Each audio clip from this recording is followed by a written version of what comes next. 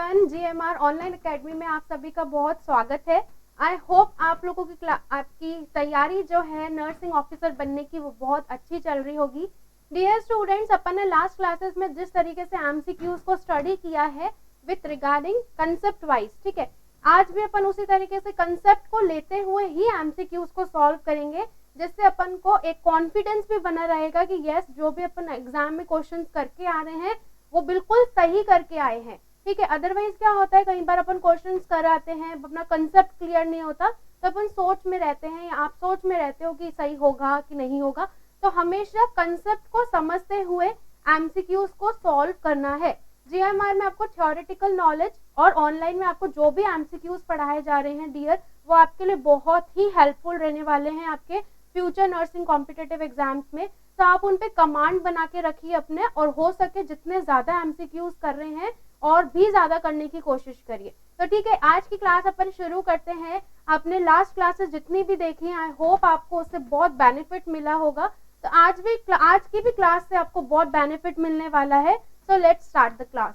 सबसे पहला क्वेश्चन अपने पास में आज क्या आया, that is if a client complaint of abdominal cramp. ठीक है, कि एक क्लाइंट है अपने पास में, उसको क्या हो रहा है, एब्डोमिनल क्रैम्प्स हो रहे हैं। Abdominal cramps means the client is suffering from some little bit of discomfort, या फिर एब्डोमिनल उसको पेन हो रहा है, डिस्कम्फर्ट हो रहे हैं, उसको क्रैम्प्स उठ रहे हैं। while administering enema, कब क्यों उठ रहे हैं, जब उसको नर्स ने क्या किया है, एनिमा एडमिनिस्टर्ड किया है। द नर्स शुड, जो नर्स है वो क्या ध्यान में रखेगी। ठीक है, ये अपने पास क्वेश्चन है। नंबर 1 ऑप्शन है कंटिन्यू टू एडमिनिस्टर एनिमा, कि जो एनिमा दिया है वो कंटिन्यू एडमिनिस्टर करती रहेगी। दूसरा है slow the rate of enema, की जो एनिमा क्या कर रही है, देखिए इस तरीके से एनिमा एक क्लाइंट को लगाया गया है और उसको बाय द हेल्प ऑफ उसका जो डिजिटल विजुअलाइजेशन है उसके थ्रू देखा जा रहा है। ठीक है, and stop giving enema and administered analgesics, कि एनाल्जेसिक्स दे देगी बिकॉज क्रैम्प्स उठते हैं, जो पेन होता है। तो ध्यान दीजिएगा कि जब भी नर्स क्या कर रही है, किसी भी क्लाइंट को एनिमा दे रही है और एनिमा देते टाइम उस क्लाइंट को एब्डोमिनल डिस्कम्फर्ट हो रहा है, क्रैम्प्स उठ रहे हैं, तो डियर स्टूडेंट्स कभी भी एनिमा को कंटिन्यू एडमिनिस्टर नहीं करना है, वहीं पर स्टॉप कर देना है। ठीक है, और स्टॉप करने के बाद में अगर सिचुएशन अंडर कंट्रोल रहती है कि if the patient is little bit comfortable, तो आप उसको कंटिन्यू कर सकते हो, लेकिन आपको फिजिशियन को इन्फॉर्म करना पड़ेगा। You have to inform the physician while when the patient is suffering from abdominal cramp after administering enema or during enema। तो देखिए इसमें ऑप्शन के अंदर क्या क्या आए हैं, इसके अंदर ऑप्शन में आए हैं continue to administer enema, slow the rate of enema, stop giving enema and administer analgesic. तो dear student, the right answer of this question is stop giving enema. हमेशा ध्यान रखना, मैंने अभी कहा कि जब भी एनिमा दिया जा रहा है क्लाइंट को डिस्कम्फर्ट हो रहा है, क्लाइंट को क्या हो रहा है, किसी भी तरीके का डिस्कम्फर्ट हो रहा है, उसको पेन फील हो रहा है, he or she is not able to tolerate that procedure, so the nurse's responsibility is to stop the procedure and make relax। ठीक है, और क्लाइंट को क्या करना है, रिलैक्स फील कराना है। क्लियर है क्वेश्चन, क्लियर है। It is one of the most important question for your upcoming nursing examination, so students be alert for this। okay, next question की तरफ चलते हैं। What is the next question. Next question है अपने पास, that is while wearing sterile gloves first glove need to be worn in dash hand. देखिए जब भी कोई भी प्रोसीजर किया जाता है हॉस्पिटल के अंदर, so you have to wear the gloves. चाहे आप जैसे जस्ट फॉर जनरल नॉलेज कि आप हॉस्पिटल में काम कर रहे हो, आप हर क्लाइंट को क्या समझोगे, every client is infected, so you have to wear the gloves, like clean gloves, sterile gloves, whatever you want to prefer। ठीक है, if you are doing a sterile procedure you have to wear the sterile gloves, if you are doing some minor procedure you have to wear clean gloves। okay, तो sterile gloves पहनने का एक technique है कि आपके पास दो hand है, एक डोमिनेंट है, जो डोमिनेंट हैंड उसको बोलते हैं जिससे आप काम करते हो, जिससे आप सारे काम करते हो, जिससे आप लिखते हो, that hand is known as dominant hand. Non dominant hand, the supporting hand is known as non dominant, जो आपको सपोर्ट करता है, जिससे आप सारे काम नहीं कर सकते। जैसे आप सीधे हाथ से जो भी लिखते हैं उसका वो डोमिनेंट हैंड है, और जो दूसरा हैंड है उसका वो नॉन डोमिनेंट हैंड है। तो डोमिनेंट हैंड में सबसे पहले क्या करने हैं, ग्लव्स को पहनना है। इनर साइड को उसको पकड़ते हुए ग्लव्स को पहनते हैं, क्योंकि इनर साइड क्या होती है, स्टेराइल होती है, और उसके बाद में नेक्स्ट वाले नॉन डोमिनेंट हैंड से उसको पहनते हैं। देखिए इसमें एक और, इस ग्लव्स पे एक और क्वेश्चन बनता है। सबसे पहली चीज कि जब ग्लव्स पहन रहे हैं तो डोमिनेंट हैंड में पहन रहे हैं, उसके बाद में नॉन डोमिनेंट हैंड में पहना जाता है। पहला क्वेश्चन तो ये बन गया। दूसरा क्वेश्चन क्या है कि अकॉर्डिंग टू क्या क्या हो सकता है, अकॉर्डिंग टू जो भी इसका मटेरियल है जिससे ग्लव्स बनते हैं, जैसे लेटेक्स है, नायलॉन है, इस पे क्वेश्चन पूछ लिया जाता है। जैसे लास्ट 2019 में एम्स दिल्ली ने क्वेश्चन दिया था ग्लव्स के ऊपर कि जैसे एलर्जी पे भी क्वेश्चन बन जाते हैं। तो डियर स्टूडेंट, इनको सबको कवर करते हुए, कंसेप्ट को आपको ध्यान में रखते हुए क्वेश्चन की तैयारी रखनी है। ठीक है, अब इसी से रिलेटेड एक क्वेश्चन और पूछ लिया जाएगा। अगर आपसे पूछ लिया जाए कि ग्लव्स को किसमें डिस्कार्ड करना है, तो ये भी इंपॉर्टेंट क्वेश्चन है। तो इस तरीके से आपको क्या करने हैं, क्वेश्चन को ध्यान में रखते हुए क्या करना है, क्वेश्चन को या कंसेप्ट को ध्यान में रखते हुए जितने ज्यादा क्वेश्चन बन सकते हैं उस टॉपिक से उसको कवर करना है। तो इस क्वेश्चन का राइट आंसर क्या होगा, द डोमिनेंट हैंड। कि डोमिनेंट हैंड में क्या करेंगे, सबसे पहले जो नर्स है वो क्या करेगी, ग्लव्स को वियर करेगी। डोमिनेंट हैंड में नर्स क्या करेगी, सबसे पहले वियर करेगी ग्लव्स को, उसके बाद में नॉन डोमिनेंट में करके आएगी। तो ध्यान दीजिएगा, अक्सर बच्चे नॉन डोमिनेंट कर देते हैं। तो आंसर क्या है, डोमिनेंट हैंड। कि जब भी स्टेराइल ग्लव्स को वियर करना है तो वो किस में करेगी, नॉन डोमिनेंट हैंड में करेगी। एक और सेकेंडरी थिंग कि आपका जैसे एम्स पटना एग्जाम करवाता है, कंप्यूटर बेस्ड एग्जामिनेशन करवा लेता है, टेस्ट करवा लेता है, उसके साथ साथ में स्किल टेस्ट भी होते हैं। तो बच्चों स्किल टेस्ट में भी ग्लविंग का प्रोसीजर दे दिया जाता है बाय द एग्जामिनर। तो क्या करना है आपको, किस तरीके से ग्लव्स को पहनने की जो प्रोसेस है वो किस तरीके से परफॉर्म करी जाती है, तो वो भी आपको आनी चाहिए। कि डोमिनेंट हैंड में पहन रहे हैं तो किस तरीके से पहन रहे हैं, फिर नॉन डोमिनेंट में कैसे पहन रहे हैं, और फिर उनको रिमूव कैसे करते हैं ग्लव्स को। तो you have to be know about that. Okay, second question पे चलते हैं। What is the second question, देखिए सेकंड नहीं, थर्ड वन। इसमें क्या है, in which of the following condition blood transfusion is contraindicated. कि इनमें से ऐसी कौन सी कंडीशन है जिसके अंदर ब्लड ट्रांसफ्यूजन क्या रहेगा, कॉन्ट्रा इंडिकेटेड रहेगा, मतलब नहीं दिया जाएगा। ठीक है, इंडिकेटेड किस केस में रहता है, जैसे एनीमा है, हेमरेज बहुत ज्यादा हो गया किसी को, उसमें दे दिया है ना, शॉक की कंडीशन किसी को हो रही है, ब्लड ट्रांसफ्यूजन कर रहे हैं। ठीक है, बर्न की कंडीशन के अंदर दिया जाता है, जिनके अंदर फ्लूइड्स की कमी हो रही है या फिर जिनके अंदर ब्लड की कमी हो रही है, उनके अंदर क्या दिए जाते हैं, ब्लड ट्रांसफ्यूजन किया जाता है। ठीक है, तो किस किस के अंदर नहीं किया जाता, देखते हैं ऑप्शन में कौन सा सुटेबल रहेगा। फर्स्ट ऑप्शन अपने पास है ब्लीडिंग हेमरॉइड्स। कि ब्लीडिंग हेमरॉइड्स हो रहे हैं तो उसके अंदर ब्लड ट्रांसफ्यूजन करेंगे। Yes dear student, bleeding haemorrhoids के अंदर ब्लड ट्रांसफ्यूजन करेंगे। इसमें पूछा क्या है, कॉन्ट्रा इंडिकेशन पूछा है।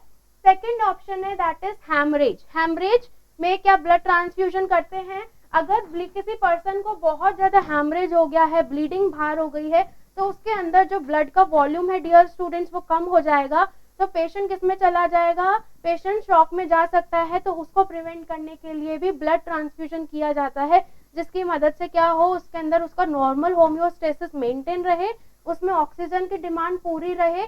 ठीक है, और साथ साथ में जो न्यूट्रिएंट्स ब्लड से मिलते हैं वो भी क्या रहे, पूरा उसका ट्रांसपोर्टेशन जो है वो फुलफिल रहे, किसी भी तरीके से क्लाइंट किसी भी कॉम्प्लिकेशन के अंदर नहीं जाए। इसलिए क्या करते हैं, हेमरेज के अंदर भी ब्लड ट्रांसफ्यूजन करते हैं। जस्ट फॉर एग्जांपल, अगर किसी का रोड एक्सीडेंट हुआ है, ठीक है, तब भी क्या हो गया, बहुत ज्यादा हेमरेज हो गया है, तो क्या होगा, मेडिकल इमरजेंसी के अंदर क्या किया जाएगा, ब्लड ट्रांसफ्यूजन किया जाता है according to demand, according to need of the patient या फिर क्लाइंट। थर्ड है congestive heart failure. What is congestive heart failure, when the heart is not able to perform their normal action. कि जब heart क्या कर रहा है, अपने नॉर्मल एक्शन को परफॉर्म नहीं कर रहा और उसके अंदर क्या हो गया, उसकी पंपिंग एक्टिविटी जो है वो डिमिनिश हो गई है। ठीक है, और जो ब्लड का अमाउंट है वो क्या हो गया, बहुत ज्यादा बढ़ गया है, वर्कलोड बढ़ गया है हार्ट पे। बहुत से कारण है कंजस्टिव हार्ट फेलियर के। तो इस कंडीशन के अंदर कभी भी ब्लड ट्रांसफ्यूजन नहीं करते। किस कंडीशन के अंदर, कंजस्टिव हार्ट फेलियर के अंदर कभी भी ब्लड ट्रांसफ्यूजन नहीं किया जाता। ठीक है, कि हार्ट फेलियर की कंडीशन के अंदर ब्लड ट्रांसफ्यूजन कभी भी किया नहीं जाता है। क्यों नहीं किया जाता, बिकॉज ऑलरेडी जो हार्ट है उस पे क्या हो रहा है डियर स्टूडेंट, बहुत ज्यादा वर्कलोड बढ़ रहा है, तो उस वर्कलोड को प्रिवेंट करने के लिए क्या नहीं किया जाता, ब्लड ट्रांसफ्यूजन नहीं किया जाता। फोर्थ है दैट इज हीमोफीलिया। हीमोफीलिया एक डिजीज है जिसके अंदर ब्लड ट्रांसफ्यूजन नहीं करते, जिसके अंदर ब्लड ट्रांसफ्यूजन नहीं किया जाता है। तो राइट आंसर क्या होगा, the third one is the right answer of this question कि कंजस्टिव हार्ट फेलियर के अंदर ब्लड ट्रांसफ्यूजन क्या रहता है, कॉन्ट्रा इंडिकेटेड रहता है। क्या रहता है, कॉन्ट्रा इंडिकेटेड रहता है। क्लियर है? ओके, नेक्स्ट क्वेश्चन देखते हैं। What is the next question? The purpose of humidifying oxygen during oxygen therapy is that oxygen is, देखिए ऑक्सीजन क्यों दिया जाता है, जब बॉडी के अंदर ऑक्सीजन की कमी हो जाती है तो ऑक्सीजन एडमिनिस्ट्रेट किया जाता है। ऑक्सीजन एडमिनिस्ट्रेट करा जाता है क्योंकि ब्लड बॉडी के अंदर ऑक्सीजन की क्या हो गई है, डेफिशिएंसी हो गई है। तो क्वेश्चन क्या बोल रहा है, द पर्पस ऑफ ह्यूमिडिफिकेशन। आपने पढ़ा है कि रेस्पिरेटरी के बहुत सारे फंक्शंस होते हैं, वार्मिंग है, ह्यूमिडिफिकेशन है, एसिड बेस बैलेंस का काम करता है respiratory system. By the help of diffusion से एल्वुलाई के अंदर गैस एक्सचेंज होता है। अगर एक क्वेश्चन पूछ लिया जाए कि एल्वुलाई के अंदर ऐसा कौन सा प्रिंसिपल है जो गैस एक्सचेंज में मदद करता है, दैट इज डिफ्यूजन। कि डिफ्यूजन की मदद से, डिफ्यूजन में क्या होता है, हायर कंसंट्रेशन की तरफ लोअर कंसंट्रेशन की तरफ, हायर से लोअर कंसंट्रेशन की तरफ क्या होता है, गैसेस का मूवमेंट होता है। जस्ट फॉर एग्जाम्पल अगर मैं बात करूं कि एल्वुलाई के अंदर कार्बन डाइऑक्साइड क्या है, हायर कंसंट्रेशन में है, तो वो बाहर की तरफ मूव करेंगी, ठीक है। और अगर ट्रेकिया से जो एयर, एटमॉस्फेरिक एयर अपने एल्वुलाई के अंदर आ रही है, उनके अंदर ऑक्सीजन का कंसंट्रेशन ज्यादा है, हायर कंसंट्रेशन है ऑक्सीजन का, तो वो अपनी एल्वुलाई के अंदर जो कैपिलरीज है उन कैपिलरीज की तरफ मूव करेंगी। तो डिफ्यूजन, ग्रेडियंट डिफ्यूजन के थ्रू ही क्या होता है, गैसेस एक्सचेंज होता है with in the alveoli. Okay, तो इसके अंदर पूछा है कि the purpose of humidification oxygen during oxygen therapy, कि ऑक्सीजन थेरेपी दी जा रही है क्लाइंट को, और ऑक्सीजन थेरेपी देने के बाद में ह्यूमिडिफिकेशन का क्या पर्पस है, कि पूछा गया है ऑक्सीजन थेरेपी दी जा रही है, ह्यूमिडिफिकेशन का क्या पर्पस है ड्यूरिंग ऑक्सीजन थेरेपी। तो ध्यान दीजिए, आप जब भी ऑक्सीजन थेरेपी देते हो तो आपको पता है कि आप एक बॉटल, एक बीकर में वाटर को फिल करके आप उसको क्या करते हो, ऑक्सीजन थेरेपी देने से पहले कनेक्ट करते हो, वाटर फिल करते हो एक चैम्बर के अंदर कि इतना अमाउंट में वाटर उसमें फिल करना है, उसके बाद में ही आप ऑक्सीजन क्या करते हो, स्टार्ट करते हो। तो डियर स्टूडेंट, ऑक्सीजन थेरेपी देने से पहले उस बीकर को, उस चैम्बर को वाटर से फिल इसलिए किया जाता है क्योंकि ऑक्सीजन जो गैस है उसका पर्टिकुलर एक टेम्परेचर होता है जो आपकी ह्यूमन की जो म्यूकोसा है रेस्पिरेटरी ट्रैक्ट की, ठीक है, वो क्या कर देती है, उसको डैमेज कर सकती है, ड्राई कर सकती है, वहां पे इरोजन्स हो सकते हैं। इसलिए ह्यूमिडिटी मतलब नमी उसके अंदर होनी चाहिए उस ऑक्सीजन गैस के अंदर, जिसकी वजह से जो आपकी म्यूकोसा लेयर है वो क्या नहीं हो, ड्राई नहीं हो। आपको पता है रेस्पिरेटरी में, ध्यान दीजिए, रेस्पिरेटरी सिस्टम के अंदर, ध्यान दीजिए, रेस्पिरेटरी सिस्टम के अंदर और जीआईटी, गैस्ट्रोइंटेस्टाइनल ट्रैक्ट के अंदर, जो रेस्पिरेटरी सिस्टम है और जो गैस्ट्रोइंटेस्टाइनल ट्रैक्ट है, वहां पर दोनों के अंदर कुछ एरियाज के अंदर गॉबलेट सेल्स प्रेजेंट होते हैं। गॉबलेट सेल्स प्रेजेंट होते हैं। ये गॉबलेट सेल्स क्या करते हैं, म्यूकस का सिक्रीशन करते हैं। Goblet cells help to secrete mucus. तो जब म्यूकस सिक्रीट होता है तो जो एयर बाहर से आती है, ठीक है, वो इसको क्या कर देती है, कम कर देती है, इसकी डेंसिटी कम कर देती है, म्यूकस को क्या कर देती है, बिल्कुल कम कर देती है। जो म्यूकोसा लेयर है वो कैसी हो जाती है, ड्राई हो जाती है। जब म्यूकोसा लेयर ड्राई होती है तो there are more chances of the injury, there are more chances of damage, ठीक है। इसलिए उसको प्रिवेंट करने के लिए ह्यूमिडिफिकेशन होना जरूरी है कि आपके जो नोज के अंदर जो गॉबलेट सेल्स, नेजल कैविटी के अंदर जो गॉबलेट सेल्स प्रेजेंट है, वो भी क्या करते हैं, एयर को ह्यूमिडिफाई बनाने में मदद करते हैं कि जो आप एयर इनहेल कर रहे हो वो कैसी होनी चाहिए, ह्यूमिडिफाई, नमी रहित होनी चाहिए। तो सबसे पहला ऑप्शन है अपने पास में, अ हॉट एयर इट में बर्न ट्रेकिया, कि जो एयर है वो क्या कर देती है, ट्रेकिया को बर्न कर देती है। लेकिन ये ह्यूमिडिफिकेशन ऑक्सीजन का काम नहीं है, ये एक बताया गया है रेशनल। सेकंड है easily absorb because humidification adds ions to it, कि ये क्या करेगा, इजीली एब्जॉर्ब करेगा। This is not function easily absorb, alveoli के अंदर ऑलरेडी क्या हो रहा है, ऑक्सीजन का हो जाएगा with the help of diffusion.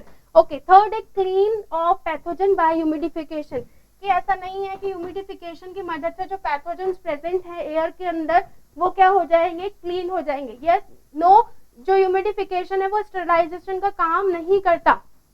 Clear है। फोर्थ ऑप्शन है ड्राई गैस में thicken the mucosa. Yes, this is the right answer, this is the right rational of humidification of the oxygen, कि जब ऑक्सीजन आप क्या कर रहे हो, किसी भी क्लाइंट को एडमिनिस्ट्रेट कर रहे हो तो वो ह्यूमिडिफाइड होना चाहिए, मतलब नमी रहित होना चाहिए। क्यों? क्योंकि ड्राई गैस जो है वो क्या कर सकती है, जो म्यूकोजा है, जो म्यूकोजा लेयर है वहां पर जो म्यूकस प्रेजेंट है उसको थिक कर सकती है, उसको थिक कर सकती है। ठीक है, और जब वो थिक हो गई तो आपकी जो रेस्पिरेटरी ट्रैक है, यहाँ पे जो जीआईटी का अपर पार्ट है वो क्या हो सकता है, डैमेज हो सकता है। तो उसको प्रिवेंट करने के लिए क्या दिया जाएगा, ह्यूमिडिफाइड ऑक्सीजन दी जाएगी, ह्यूमिडिफाइड ऑक्सीजन दी जाएगी और वहां पर जो म्यूकस है वहां पे उसकी डेंसिटी भी कम हो जाएगी। ठीक है, ओके। नेक्स्ट क्वेश्चन की तरफ चलते हैं। What is the next question? देखिए नेक्स्ट क्वेश्चन क्या है। नेक्स्ट क्वेश्चन अपने पास आया, concentration of oxygen present in expired air is. दो तरीके की एयर होती है आपकी बॉडी के अंदर, एक इंस्पायर्ड जो आप इनहेलेशन के थ्रू करते हो और दूसरी एक्सपायर्ड। एक्सपायर्ड मतलब जो आप एक्सहेलेशन के थ्रू कर रहे हो। ठीक है, जस्ट फॉर एग्जांपल आप टाइडल वॉल्यूम पढ़ते हो, टाइडल वॉल्यूम में क्या होता है, a normal inspiration plus normal expiration. कितना होता है normal tidal volume, that is 500 cc, इतना टाइडल वॉल्यूम होता है नॉर्मल। तो जब आप एक्सपायरेशन कर रहे हो या एक्सहेलेशन कर रहे हो, उस एक्सहेलेशन के अंदर पूछा गया है कितना अमाउंट होता है ऑक्सीजन का, कितना अमाउंट होता है ऑक्सीजन का।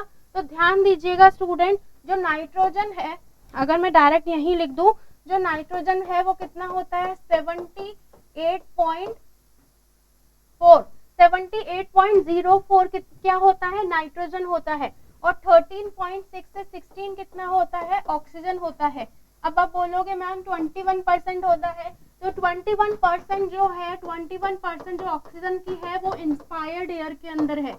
मतलब जो आपने गैस क्या करी है, इनहेल करी है, ठीक है, वो कैसी है, उसके अंदर इंस्पायरेशन के अंदर जो एयर है, किसका, ऑक्सीजन का जो कंटेंट है वो कितना है, 21% है, 21% है। ओके, अभी अभी मैं आपको इसका बताऊंगी एक्स्ट्रा में कि mm ऑफ Hg के अंदर कितना होता है। जो 21% है इंस्पायरेशन के अंदर वो किसका है, ऑक्सीजन का कंटेंट है, और जो एक्सपायर्ड एयर है, यहाँ पे कौन सी एयर आई है, एक्सपायर्ड, तो उसका कंसेंट्रेशन कितना है 13.6 से लेके 16%, और जो फोर्सेस 5.3% है वो एक्सपायर्ड का कार्बन डाइऑक्साइड का रेशियो है, और 1% जो है वो अदर गैसेस का है, अदर गैसेस, जैसे कि एग्जांपल आर्गन। क्लियर हुआ question? This question is also clear to you? Okay, next question की तरफ बढ़ते हैं। या इससे पहले एक बार आप समझ लीजिए कि किस तरीके से mm of Hg के अंदर भी प्रेशर प्रेजेंट होता है गैस का। तो देखिए, आपको पता है, सबसे पहले अपन पढ़ेंगे कि आपको पता है आपके बॉडी के अंदर एक हार्ट है जो आपकी बॉडी को चला रहा है पूरी तरीके से। उसके अंदर 4 चैम्बर हैं। यहाँ वाले कौन से होते हैं, राइट एट्रियम, ठीक है, राइट वेंट्रिकल, लेफ्ट एट्रियम और लेफ्ट वेंट्रिकल, इस तरीके से। या सुपीरियर वीना केवा, इंफीरियर वीना केवा, ट्राइकस्पिड वॉल, बाइकस्पिड वॉल और मिट्रल वॉल भी उसको बोला जाता है। तो यहाँ पर जो ब्लड आ रहा है डियर स्टूडेंट, वो डीऑक्सीजनेटेड आता है, फिर वो मिट्रल वॉल के ट्राइकस्पिड वॉल के थ्रू राइट वेंट्रिकल में चला जाता है, और वहां से जो पल्मोनरी आर्टरीज हैं उस डीऑक्सीजनेटेड ब्लड को कहाँ ले जाती हैं, लंग्स के अंदर ले जाती हैं, और लंग्स के अंदर कैपिलरीज और एल्वुलाई की मदद से डिफ्यूजन की प्रक्रिया की जाती है, और इस डिफ्यूजन से जो डीऑक्सीजनेटेड ब्लड था वो किस में कन्वर्ट हो जाता है, ऑक्सीजनेटेड ब्लड के अंदर कन्वर्ट हो जाता है। यहाँ तक बात समझ में आई? ऑक्सीजनेटेड ब्लड में जब वो कन्वर्ट हो जाएगा तो वहां से पल्मोनरी वेन्स ब्लड को लेकर कहाँ आ जाएंगी, लेफ्ट एट्रियम के अंदर आ जाएंगी। अब लेफ्ट एट्रियम के अंदर जब कौन सा ब्लड आ गया है, ऑक्सीजनेटेड ब्लड आ गया है, तो वो with the help of this bicuspid या फिर मिट्रल वॉल की मदद से इधर आ जाता है। क्लियर? कैसा ब्लड, ऑक्सीजनेटेड ब्लड, और वो एओर्टा के थ्रू वापस से कहाँ चला जाता है, पूरा सिस्टमैटिक सर्कुलेशन को फॉलो करता हुआ हर बॉडी के ऑर्गन के अंदर चला जाता है। क्लियर है यहाँ तक कि हर बॉडी के ऑर्गन के अंदर चला जाता है। अब ध्यान दीजिएगा, जो ऑक्सीजनेटेड ब्लड है और जो डीऑक्सीजनेटेड ब्लड है, दोनों का अलग अलग क्या है, प्रेशर है, किसका, ऑक्सीजन का। तो अपन वो समझेंगे। अब देखिए, सबसे पहले समझेंगे रेस्पिरेटरी गैसेस कौन सी ली जाती है, दो, एक ऑक्सीजन एक कार्बन डाइऑक्साइड। अगर मैं इसमें से एक क्वेश्चन आपसे पूछूं, which is the gas work as respiratory stimulant, which gas is work, question अगर मैं आपसे पूछूं which gas work as respiratory,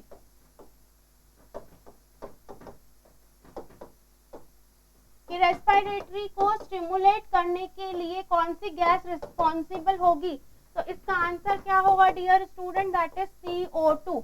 ये क्वेश्चन बहुत बार पूछा गया है आपके नर्सिंग ऑफिसर्स के एग्जाम्स के अंदर कि विच gas is responsible for respiratory system stimulation, कैसी कौन सी गैस है जो रेस्पिरेटरी सिस्टम को स्टिमुलेट करती है। तो राइट आंसर क्या है इस क्वेश्चन का, दैट इज कार्बन डाइऑक्साइड। कि जब कार्बन डाइऑक्साइड क्या होगा आपकी बॉडी के अंदर बहुत ज्यादा हो जाएगा या बहुत ही कम हो जाएगा, तो दोनों ही कंडीशन के अंदर क्या होगा, रेस्पिरेटरी सिस्टम क्या होगा डियर स्टूडेंट, स्टिमुलेट होगा। रेस्पिरेटरी सिस्टम क्या होगा, स्टिमुलेट होगा। और इस रेस्पिरेटरी सिस्टम के स्टिमुलेट होने की वजह से अगर कम हो रही है कार्बन डाइऑक्साइड तो बॉडी के अंदर एटमॉस्फेयर एयर से ज्यादा आ जाएगी, और आपकी बॉडी के अंदर CO2 ज्यादा हो रही है तो with the help of respiratory system it will be exhale out, ठीक है। तो रेस्पिरेटरी गैसेस कितनी है, दो तरीके की होती है, एक ऑक्सीजन होती है, एक CO2 होती है।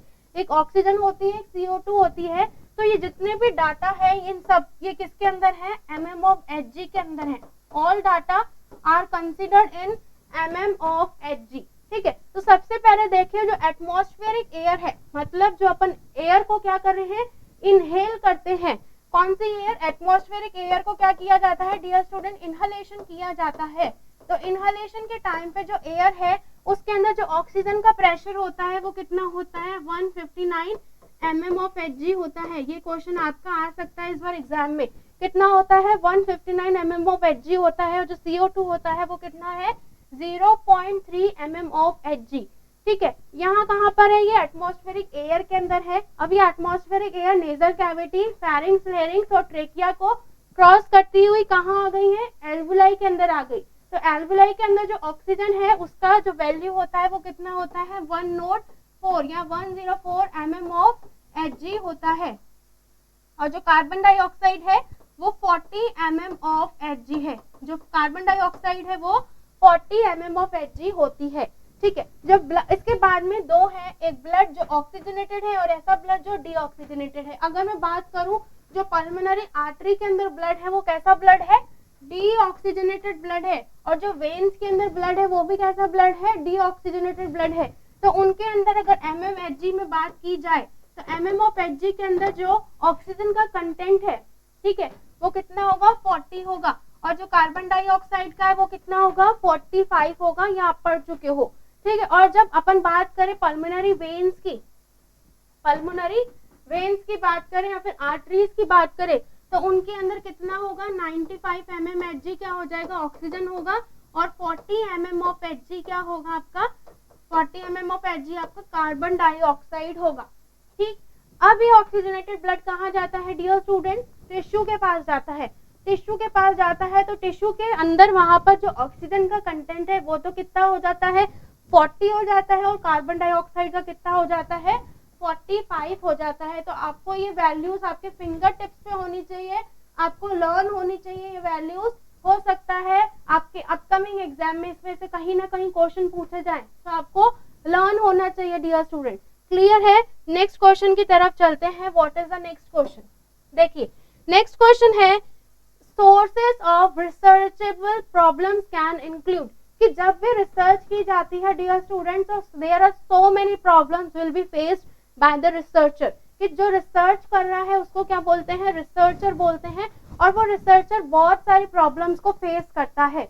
ऑप्शन नंबर 1 है, इस क्वेश्चन में यही पूछा है, sources of researchable problems can include, कि कौन कौन से ऐसे माध्यम हो सकते हैं जिसमें रिसर्चर क्या कर सकता है, प्रॉब्लम्स को फेस कर सकता है।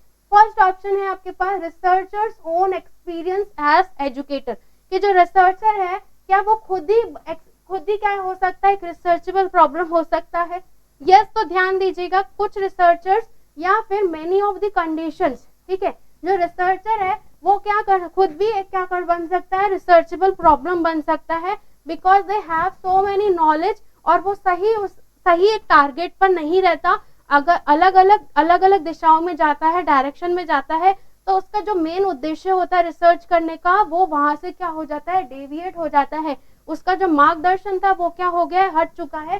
तो ये भी क्या हो सकता है, एक रिसर्चेबल प्रॉब्लम हो सकती है।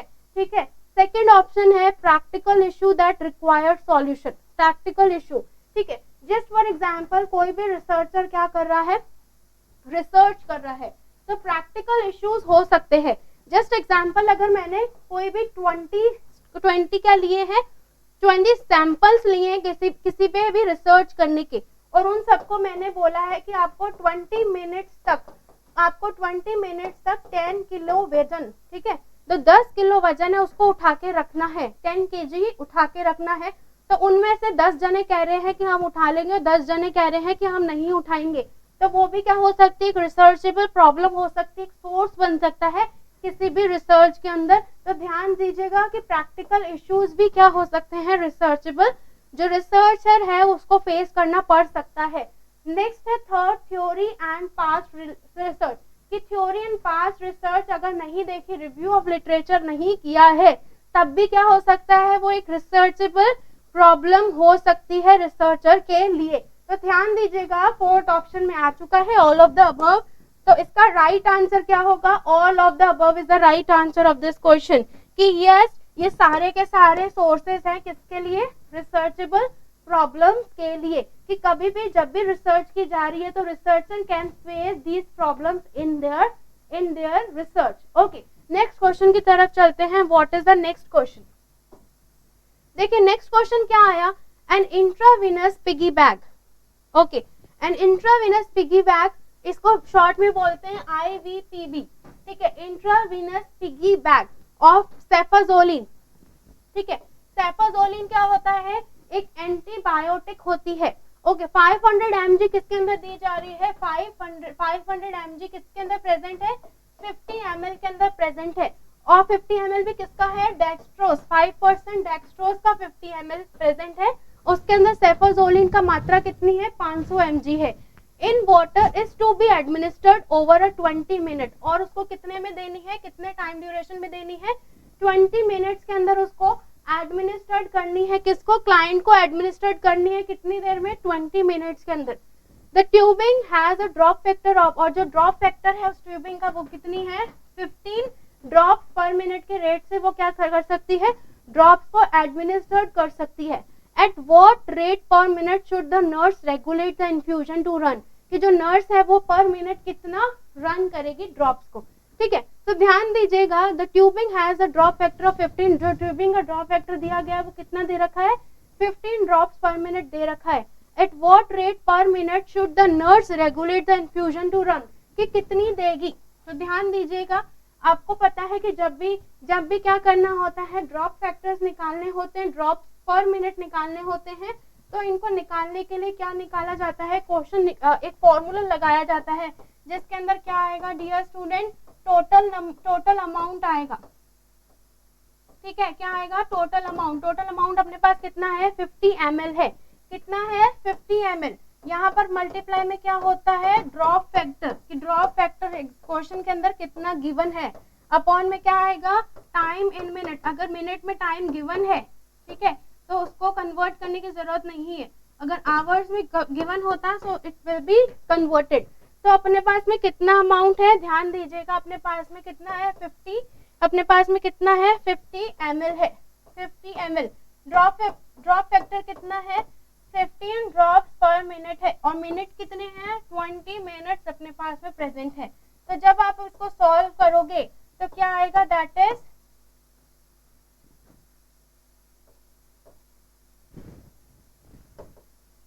कितना आएगा, दैट इज जब आप इसको मल्टीप्लाई करोगे योर आंसर विल बी 38।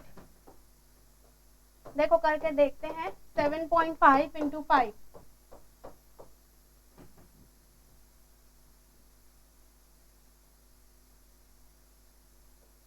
ठीक है, 37.5 क्या होगा इसका, 37.5 इसका आंसर आएगा। ओके, तो इसका जो आंसर है डियर स्टूडेंट वो कितना आएगा, 38 GTT पर ml इसका आंसर होगा।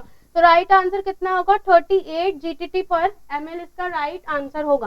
तो डियर स्टूडेंट्स ध्यान दीजिएगा कि जब भी जैसे अपने मल्टीप्लाई करने में कितना आया अप्रॉक्स 37.5 आया है, तो ये 37.5 किसके नियर बाई है 38 के नियर बाई है। 30 के नियर बाई है क्या? नहीं है। 45 के नहीं है, 55 के नहीं है, किसके नियर बाई है 38 GTT पर मिनट के नियर बाई है। तो यही क्या होगा इसका राइट आंसर होगा। ओके, फर्स्ट ऑफ ऑल एक और आपको इससे अगर क्वेश्चन पूछा जाए कि एक ड्रॉप 1 ड्रॉप कितने के बराबर होती है, 1 ड्रॉप इक्वल्स टू 1 GTT। ठीक है, ये GTT क्या है कि एक लैटिन वर्ड है, एक लैटिन वर्ड है दैट इज ग्यूटेई। ठीक है, इस ग्यूटेई से ही आपका, इस ग्यूटेई का मतलब क्या होता है डियर स्टूडेंट्स? ड्रॉप होता है। और इस ड्रॉप से ही क्या लिया गया है, सॉरी ये GTT से कहाँ से लिया गया है, ये ग्यूटे वर्ड से लिया गया है GTT, और इसका मतलब क्या होता है? ड्रॉप होता है। अगेन आई रिपीट दिस कि एक लैटिन वर्ड है दैट इज ग्यूटेई, और उस ग्यूटेई का मतलब क्या होता है? ड्रॉप होता है। तो 1 drop is equal to 1 GTT। Clear है? ओके, नेक्स्ट क्वेश्चन की तरफ चलते हैं। What is the next question? देखिए नेक्स्ट क्वेश्चन क्या है। A client is admitted to the emergency department. कि क्लाइंट किस में एडमिट हुआ? इमरजेंसी डिपार्टमेंट में क्या हुआ है? एडमिट हुआ है। ठीक है, विथ अ कंटामिनेटेड वुंड। और उसको कैसा वुंड है डियर स्टूडेंट? एक कंटामिनेटेड वुंड है। कैसा वुंड है? कंटामिनेटेड वुंड है। The client is a poor historian. और जो क्लाइंट है वो क्या है? पुअर हिस्टोरियन है। हिस्टोरियन का मतलब कि वो अपनी हिस्ट्री के बारे में नहीं बता सकता। Okay, and the nurse realise that it is impossible to determine whether the client is immunised against tetanus. आपको पता है कि जब भी वुंड होता है तो क्लाइंट को क्या दिया जाता है? क्या दिया जाता है? टिटनस दिया जाता है। कि जब भी कोई वुंड होता है, कभी भी कुछ भी एक्सीडेंट हो गया तो हमेशा टिटनस का इंजेक्शन दिया जाता है। तो क्लाइंट कैसा है? पुअर हिस्टोरियन है, मतलब ही और she will not discuss about their previous history regarding the tetanus. ठीक है, कि वो अपने टिटनस के बारे में नहीं बता सकता कि उसको लगा था कि नहीं लगा हुआ। And the nurse realise that impossible to determine. और जो नर्स है वो डिटरमाइन नहीं कर पा रही कि weather the client is immunised against tetanus. कि क्लाइंट को क्या लगा हुआ है? टिटनस लगा हुआ है या नहीं लगा हुआ। क्लियर है? Which medication does the nurse expect the healthcare provider? This is healthcare provider to prescribe. कि जो नर्स है वो क्या डिटरमाइन करेगी कि हेल्थ केयर प्रोवाइडर क्या प्रिस्क्राइब करेगा। Okay, question clear? First option है टिटनस टॉक्साइड, नेक्स्ट है equine tetanus toxoid, and third one है that is human tetanus toxoid, और जो लास्ट वन जो है that is your diphtheria tetanus pertussis vaccine. या डीपीटी देंगे? डीपीटी नहीं देते। इस सिचुएशन के अंदर क्या दिया जाता है? टिटनस दिया जाता है। क्या दिया जाता है डियर स्टूडेंट?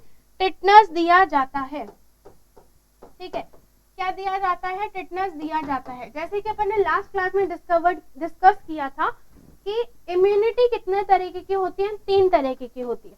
इन्नेट होती है, एक्वायर्ड होती है, मिसलेनियस होती है। इन्नेट जो जन्म से पहले से ही प्रेजेंट है, और एक्वायर्ड जो जन्म के बाद में एक्वायर्ड की जा रही है ड्यूरिंग द लाइफ। ठीक है, और मिसलेनियस इज डिफरेंट, वो अपन जब इम्यूनिटी पढ़ेंगे तब डिस्कस करेंगे। तो एक्वायर्ड इम्यूनिटी जो है वो 2 में बटी हुई है, एक्टिव में और पैसिव के अंदर। एक्टिव इम्यूनिटी के अंदर एंटीजन दिए जाते हैं, पैसिव के अंदर एंटीबॉडीज दी जाती हैं।